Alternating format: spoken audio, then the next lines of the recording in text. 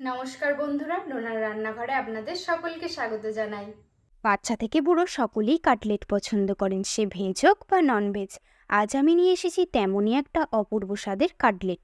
প্রথমে কড়াইয়ে 1 চামচ তেল দিয়ে তার মধ্যে 1 কাপ পেঁয়াজ কুচি, 1 কাপ গাজর কুচি, তারপরে অল্প নাড়াচাড়া করে 1/2 কাপ ক্যাপসিকাম দিয়ে নাড়াচাড়া করে কাঁচা ভাব চলে গেলে একটা বোলের মধ্যে ঢেলে 1/2 কাপ সিদ্ধ করা গ্রেট করা আলু, কাশ্মীরি লাল লঙ্কার গুঁড়ো, হলুদ গুঁড়ো, লঙ্কা গুঁড়ো, ধনে গুঁড়ো, জিরে গুঁড়ো, স্বাদমতো লবণ, চিলি ফ্লেক্স, মরিচ গুঁড়ো, অরিগ্যানো, গ্রেট করা 1 বাটি পনির, 1 চামচ চিলি সস, 1 চামচ টমেটো সস দিয়ে ভালো করে মিশিয়ে রাখলাম।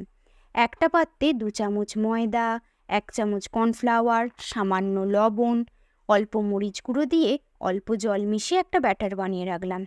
আলু, সবজি, পনিরের মিশ্রণটাকে এইভাবে কাটলেটের আকারে গড়ে নিয়েছি। আর একটি পাত্রে কিছুটা বিস্কুটের গুঁড়োর মধ্যে লবণ এবং গোলমরিচ মিশিয়ে রেখেছি। কাটলেটগুলোকে ময়দার গুলায় ডুবিয়ে বিস্কুটের গুঁড়ো মাখিয়ে রাখলাম। এইভাবে 2বার করলে খুব সুন্দর মুচমুচে হবে।